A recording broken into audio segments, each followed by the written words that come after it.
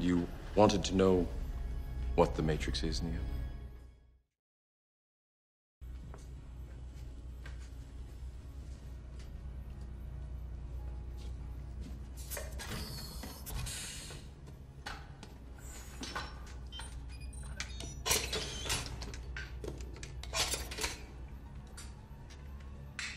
Try to relax.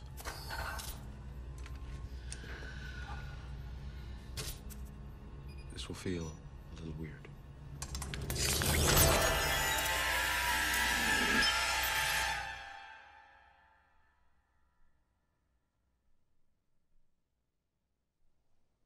This is the construct. It's our loading program. We can load anything from clothing to equipment, weapons, training simulations, anything we need. Right now, we're inside a computer program? Is it really so hard to believe? Your clothes are different, the plugs in your arms and head are gone. Your hair has changed. Your appearance now is what we call residual self-image. It is the mental projection of your digital self. This isn't real. What is real? How do you define real? If you're talking about what you can feel, what you can smell, what you can taste and see, then real is simply electrical signals interpreted by your brain. This is the world that you know.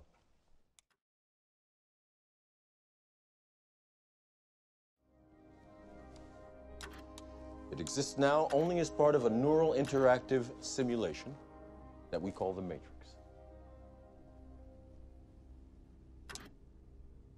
You've been living in a dream world, Neo. This is the world as it exists today.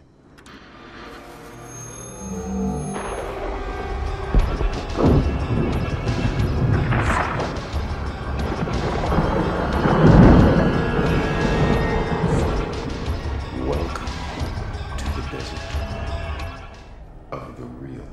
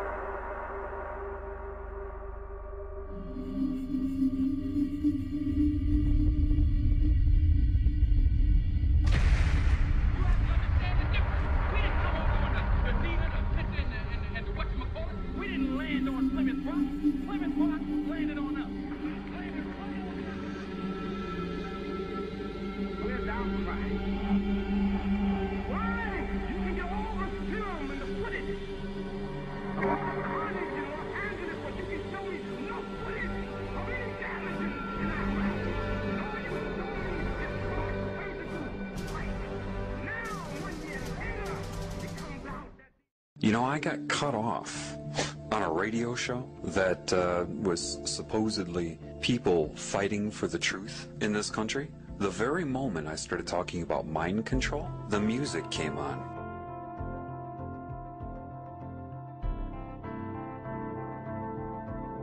You must assess this world with truth. You must be as a child, meaning pre-programming.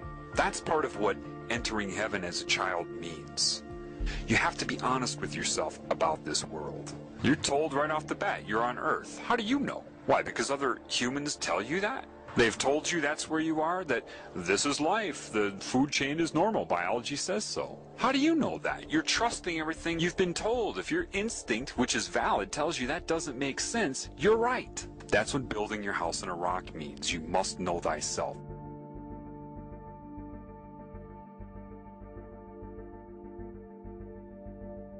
Satan controls all of academia, all of the media, all of the money, everything you're told. All its symbols are everywhere. The color blue, the color purple, butterflies. Butterflies are a huge symbol of Satan, the transformation from what you are into what it wants you to be. So it's subconsciously putting that image of metamorphosis out there. You have sorcery being practiced on you. You have all kinds of control methods you couldn't even comprehend. Those who are in control of the world are anti-Christ. It's obvious. They're puppets of Satan. The anti-Christ consciousness and control system here was already there back then. The anti-Christ or diseased cancerous consciousness is what murdered him then, and it has risen since. Understand that. That's what happened. And they can argue it all they want. It's what they do. That's why they argue. That's all they can do, is argue. And eventually they can't answer questions anymore, so they just talk over you. Or, I love this one, you're crazy, you need some therapy. Generally, the people that run the world will come off as the nice ones.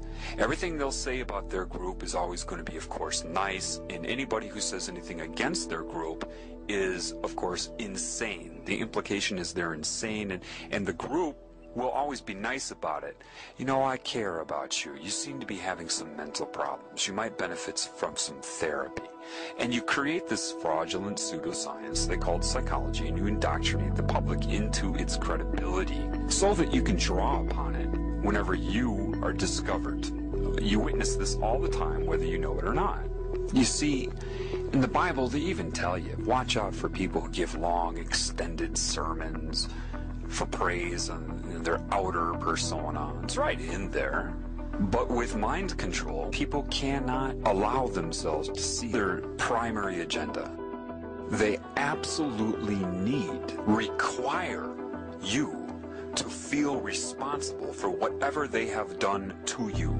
They need you to be ignorant of the extra-dimensional influence. Because if you're ignorant of that, you will blame everything on yourself. What they do is make you default the best they can. Make you defy what you normally would do. They do all the shit through you, pervert you, corrupt you, your character, basically.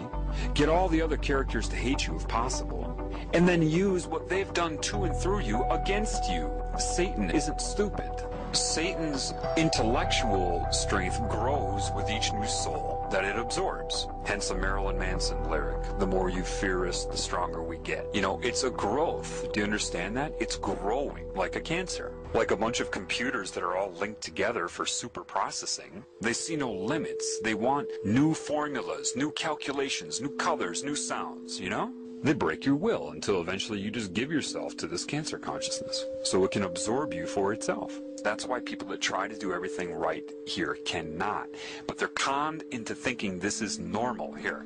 And that's what Satan doesn't want you to know. That's what demons don't want you to know. They want you concerned about the future. And they're strategizing against this because they know this knowledge is going to get out. So Satan will try to get you to abandon the mind altogether. Why? Because there is truth in the fraudulent nature of your ego. So it knows that truth will come out, so it has to amplify that and exaggerate it beyond usefulness. Get rid of the whole mind. Become a robot. Those been taken over by cancer see the world as math, random calculation of possibility, and it can snowball based upon pain and pleasure. Comedy is the #1 vector for mind control because it puts you in a pleasurable state and you're focused on the joke, and therefore they can slip in so many messages and you'll associate their messages with pleasure. Every truth that is true, they make fun of it as if it's corny and stupid, and that's the whole intent of that. You see it as comedy, expression of a comedian to get some laughs, because you don't know how over your head these movie producers are and what is controlling them. If you want to call it Satan, Semiramis, Isis, the serpent, it doesn't matter. And it recruits them and tells them how much it loves them. Do you understand that evil is going to come in the name of love? You think it's stupid? It's going to come in the name of hate? No. The #1 thing that evil will push on you is love and how much it loves you. Just like the guy trying to get sex in a bar, telling the girl how much he loves her and how he'll respect her in the morning. Satan plagiarizes to recruit, to entice, to seduce. It plagiarizes the Creator. Just love me. Do whatever you want, just love me, and I'll love you back. Lilith, right? All the different names for the serpent. There's a difference between using psychic manipulation to enhance your feeling of pleasure, the tingly sensation that it uses, that Satan uses, and true love. And the irony is this. A lot of these people that are worshiping Satan with whatever name they choose, with whatever form Satan is using to seduce them, when they feel love, that's the love of God. But because you can't discern that with all of this confusion here, Satan just takes credit for that. Yes, that was my love. Satan is like a cancer. Therefore, it has scalar growth, and it will see itself as one thing. So, when it seduces and entices and recruits, its reasoning will be very, very close to the reasoning that Christ would have. We are one. I am you, you are me. Very similar to creation, isn't it? Yet, it will have the cancer agenda, right? Hurt other people, that's fine. Just love me. That is the difference. Cancer wants you to do whatever you want to that which is not its creation, to destroy it, as long as your allegiance is to the cancer. And once it sucks you in, you're its slave, whether you know it in your current role or not. It knows. So it can be very confusing because it will make a lot of sense. It will mirror a lot of the laws of creation, except for the love and respect for all of the creations. That will be the difference. Greed, materialism. There are two oneness campaigns going on simultaneously. One of them is the recruiting by the cancer. We are one. Do you understand that? We're one consciousness. And that is the phenomenon of the all-seeing eye, or the hive mind. Satan can speak through anybody at any time that it's connected to. The problem is, the majority of these used car salesmen everybody calls priests, with this black and white, you know, the dark side of the yin-yang, as he's burning incense, all of these things you're warned about in the Bible. Do you understand that they are practicing occult Satanism, whether they know it or not? Some of them were probably indoctrinated into Catholicism. Others were indoctrinated into Satanism and are posing as Catholic priests. Either way, they're recruiting and manipulating people with it. And if somebody does know about the occult side of it, they're not going to tell you anyway, so you have to know the truth in order to be able to see this. These people aren't qualified to teach you about spirit any more than somebody's qualified to teach you how to ride a bike who's only read a book about riding a bike, and a fraudulent one at that, and has never ridden one themselves. They're not qualified. Catholicism is pure Satanism. The problem is you shouldn't need to be told that. You should be able to see that. Priests that come out and need their audience and admiration in their temple. Why does God need a temple, a building? What? It means nothing. But they get off on that because everybody gives the priest their love. They don't give anything back. They just absorb the love, which is what a lot of spiritual, quote, gurus do. They absorb your energy through admiration, what they're doing. Let me ask you something.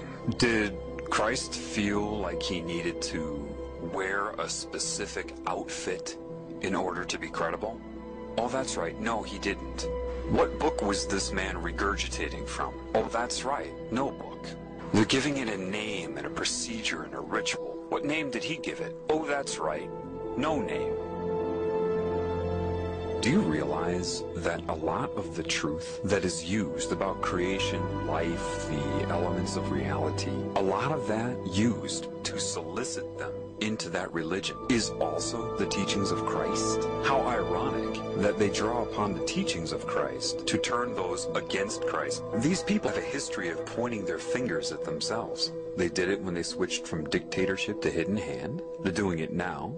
It could very well be that these religions were designed, their very purpose, thinking this many moves ahead, designed to fail. How? Why? Well, if they steal the teachings of Christ, then point their fingers at themselves like they always do, expose the Babylonian symbolism, the satanic symbolism of the religions they created, they could do that in hopes to make you abandon all Christ's teachings as well, do you see? If you don't know that they stole those teachings, then you'll think that they created those teachings. They expose the deity as symbolism, and then everybody will have their big sigh of relief. Oh, we don't have to be good. We don't have to follow any of that. You see, the ultimate last-ditch attempt to discredit Christ. Why? That opens the door for the New World religion of sorcery, or Satanism. It has to be that because there's no way these people doing what they're doing could have given the metaphors that Christ gave to create some symbolic deity. The two wouldn't go hand in hand. It really, from what I've been learning, what I've seen, they stole his teachings to draw people into both Christianity and Satanism. Then they're going to point the finger at the symbolism of Christianity and other religions so that people release all of the teachings of Christ, thinking it was a fraud, for the final entrapment.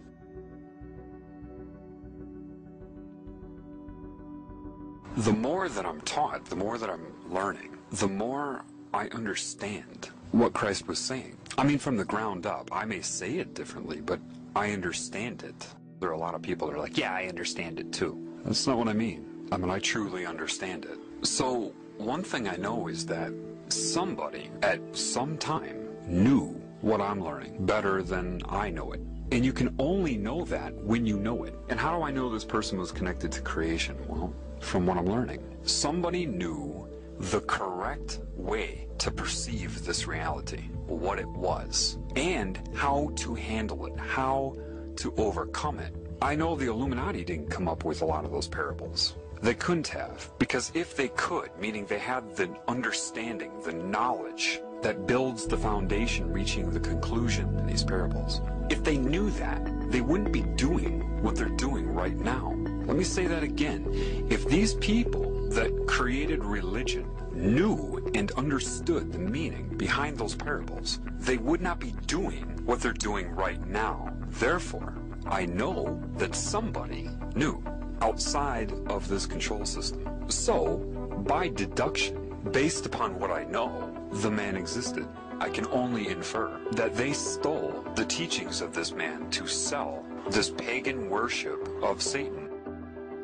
Why did he keep his mouth shut when they questioned him? A, they didn't want to know the truth, and B, they weren't going to give him 2 weeks to try to lead him to the truth. Therefore, he couldn't answer the questions. He just kept his mouth shut. And he knew they were all under demonic mind control. Forgive them, they know not what they do.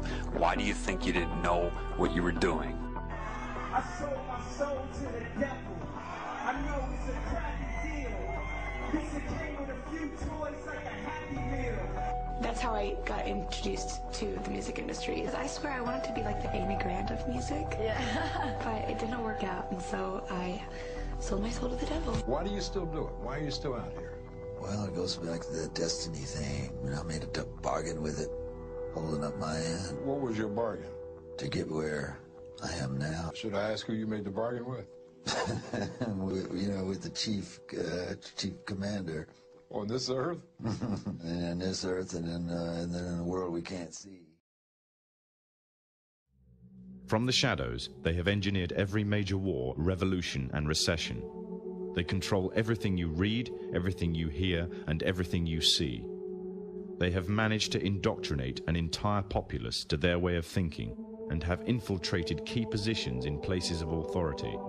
And it is from the shadows that they have created a new political order, a new economic order, and more sinister, a new religious order. Their ultimate aim is total global domination, and they will stop at nothing to reach their goal, the goal that was outlined in a speech given by former President of the United States, George Bush. What is at stake is more than one small country. It is a big idea, a new world order.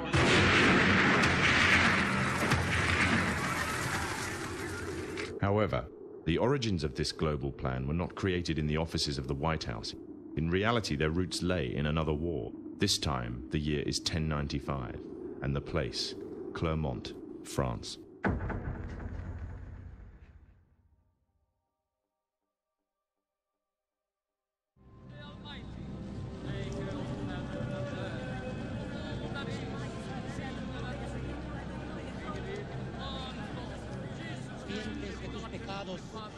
En el nombre del Padre, del Hijo y del Espíritu Santo. 11th century Europe was ruled by the Church, which held a firm grip on the hearts and minds of the people. This power enabled Pope Urban II to wage war on the Muslim Caliphate. and crusade in what he called a War of the Cross, to recapture the land of Jerusalem. It had been under Muslim rule since the year 637, but in 1099 this rule was brought to a bloody and sudden end. In the name of the cross, women were raped and murdered, children were put to the sword, and it is said that blood ran in the streets knee-high to the horses. Out of this land of bloodshed and terror, a group of men arose, men that would stop at nothing to get what they wanted, no matter what the cost. 20 years after Jerusalem was taken, the Dome of the Rock was seized by a group of warrior monks calling themselves the Knights of the Temple of Solomon, or more simply, the Knights Templars.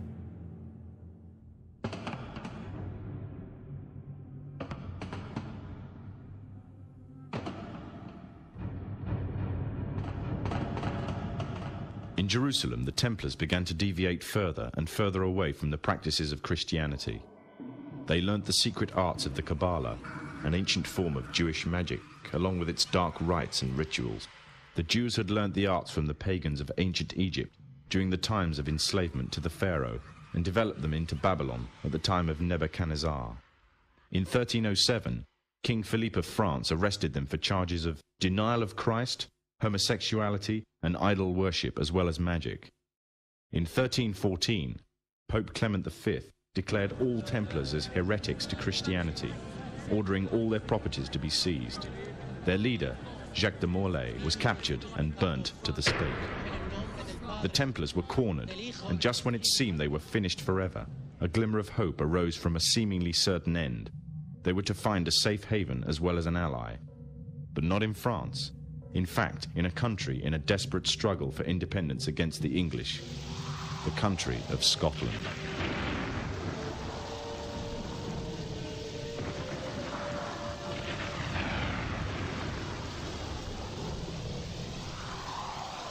For some, Scotland's hope of independence had died with the death of William Wallace. However, to the King of Scotland, Robert the Bruce, the arrival of the Templars gave him a new secret weapon. Their experience, gained over 200 years of fighting the mighty armies of Islam, had made them expert in combat and warfare, and more than a match for any army brought before them. In 1314, the Templars, allied with Robert the Bruce and his army, took to the fields of Bannockburn in the long-awaited showdown with the English. Robert the Bruce's foresight paid off. The 25,000-strong English army suffered a humiliating defeat at the hands of only 6,500 men. The dream of an independent Scotland had finally been achieved. The Templars had brought themselves back from the brink of destruction, and never again would they allow themselves to be destroyed. This time, they would control the country by controlling its kings, and in order to preserve their secret order, the Templars would have to die, or more precisely, the name would have to die. The Templars, who had escaped Europe, were finally laid to rest in Rosslyn Chapel, Scotland, which stands to this day as sign of their presence in Britain. Their descendants became the true power of Scotland. In 1603, the death of Queen Elizabeth I left England without an heir to the throne. By virtue of descent, King James V of Scotland became King of England. In doing so, Scotland and England joined to form a new kingdom, and the power that the Templars held over Scotland spread to give them a firm grip on the whole of Great Britain.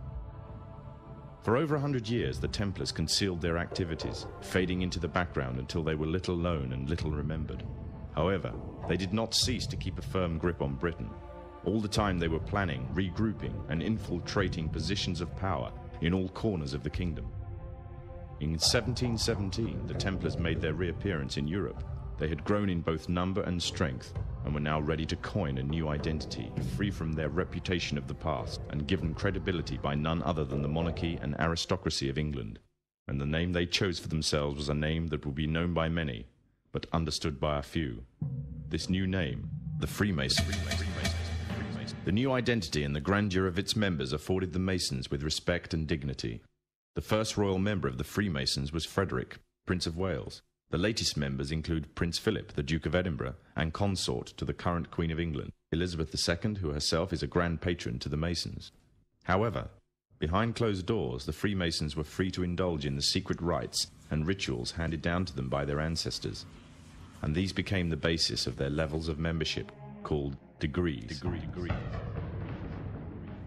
The Freemasons were not content with power in Britain alone. their ambitions were far greater. In the years to come, the world would witness Europe and America being plagued by wars and revolutions, each more devastating than the other. However, these would not be as commonly believed, the spontaneous effects of a downtrodden people, but in fact schemes created by the exclusive few, driven by hunger for absolute power. All this would take place from the very country from which they had fled centuries earlier, and would become the base for their global domination.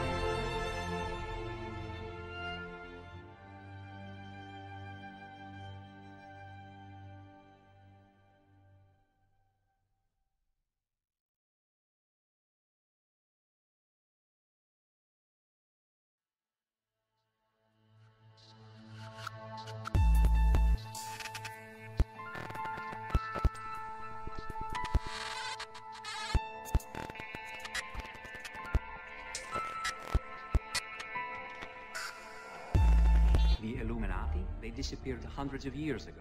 Did they? Look at that again. It's an ambigram. It's the same image, forward and backward. Now that's common for a symbol like a yin and yang or a swastika, but that's a word. That Illuminati ambigrammatic symbol has been considered a myth for 400 years. Supposedly in the 16th century, some artist created it as a tribute to Galileo's love of symmetry. It was only going to be revealed when the Illuminati had amassed enough power to resurface and carry out their final goal. I wrote a book about it.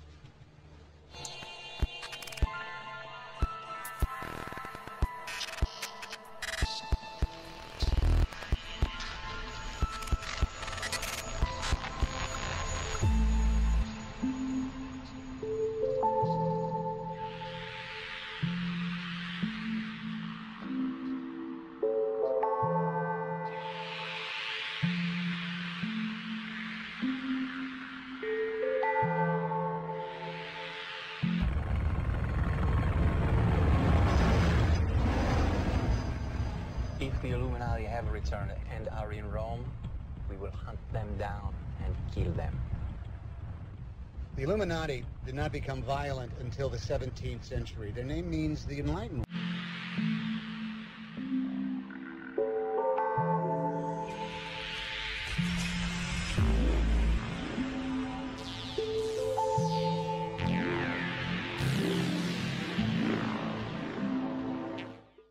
They were physicists and mathematicians, astronomers.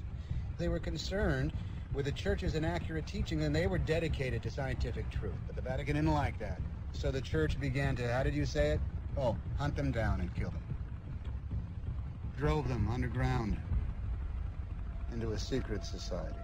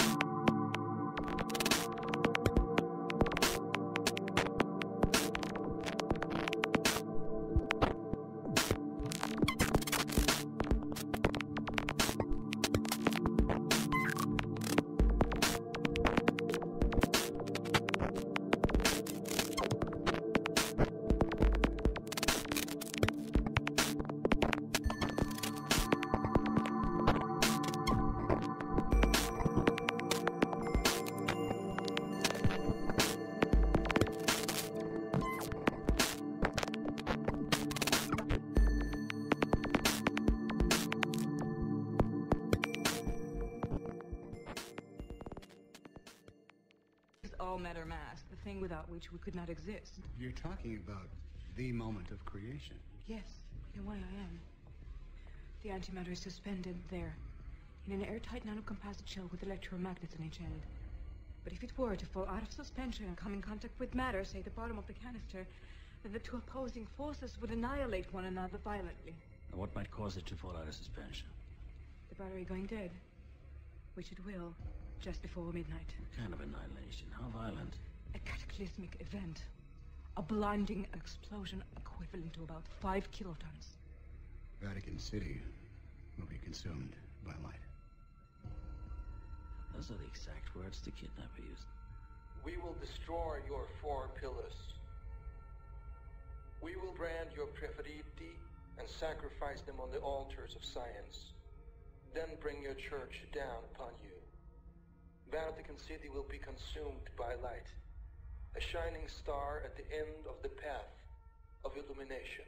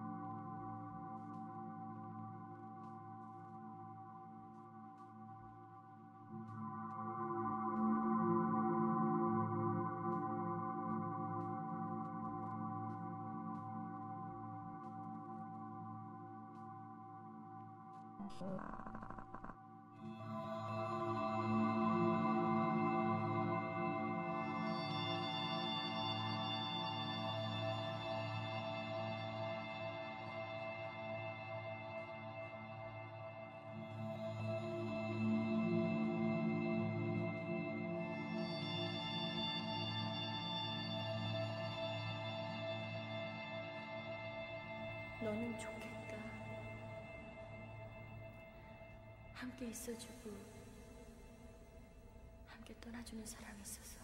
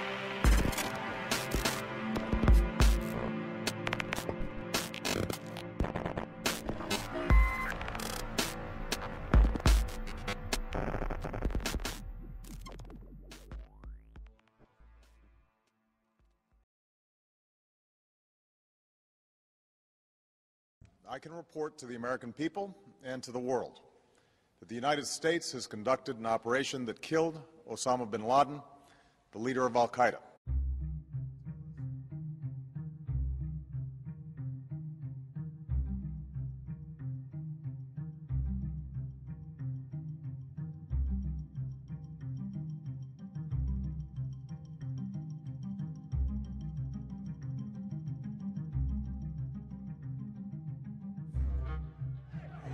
The reaction to these celebrations was mixed.